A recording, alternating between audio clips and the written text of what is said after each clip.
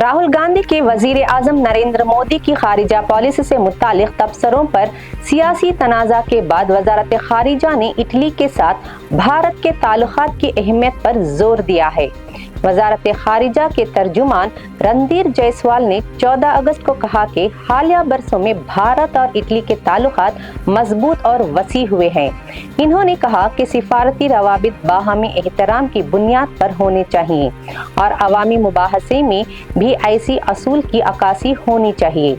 वजारत खारिजा का रद्द अमल राहुल गांधी के 13 अगस्त को एक तकरीब में दिए गए बयान के बाद सामने आया। राहुल गांधी ने वजीर आजम मोदी के खारिजा पॉलिसी के अंदाज पर तनकीद करते हुए कहा था कि ऐसे गैर मुल्की रहनुमाओं के साथ गले मिलने और हाथ मिलाने तक महदूद किया जा रहा है।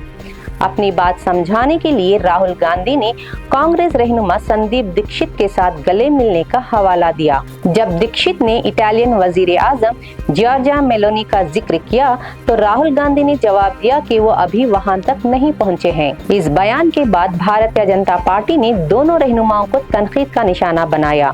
वजीर दिफा राजनाथ सिंह ने वजीर आजम और भारत की खारिजा पॉलिसी से मुतालिक राहुल गांधी के तबसरों को इंतहाई नाक़िज़ मियार करार देते हुए काबिल मुज़म्मत बताया।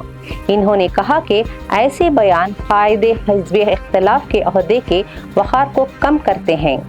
बीजेपी रुकने पार्लियामेंट निशिकांत दुबे ने राहुल गांधी के मौक़िफ़ का जवाब देते हुए साबिक़ वज़ीर आज़म इंदिरा गांधी की फिडेल कैस्ट्रो और यासिर अराफात के साथ तस्वीर के अलावा पार्लियामेंट में राहुल गांधी और नरेंद्र मोदी के गले मिलने की तस्वीर भी शेयर की।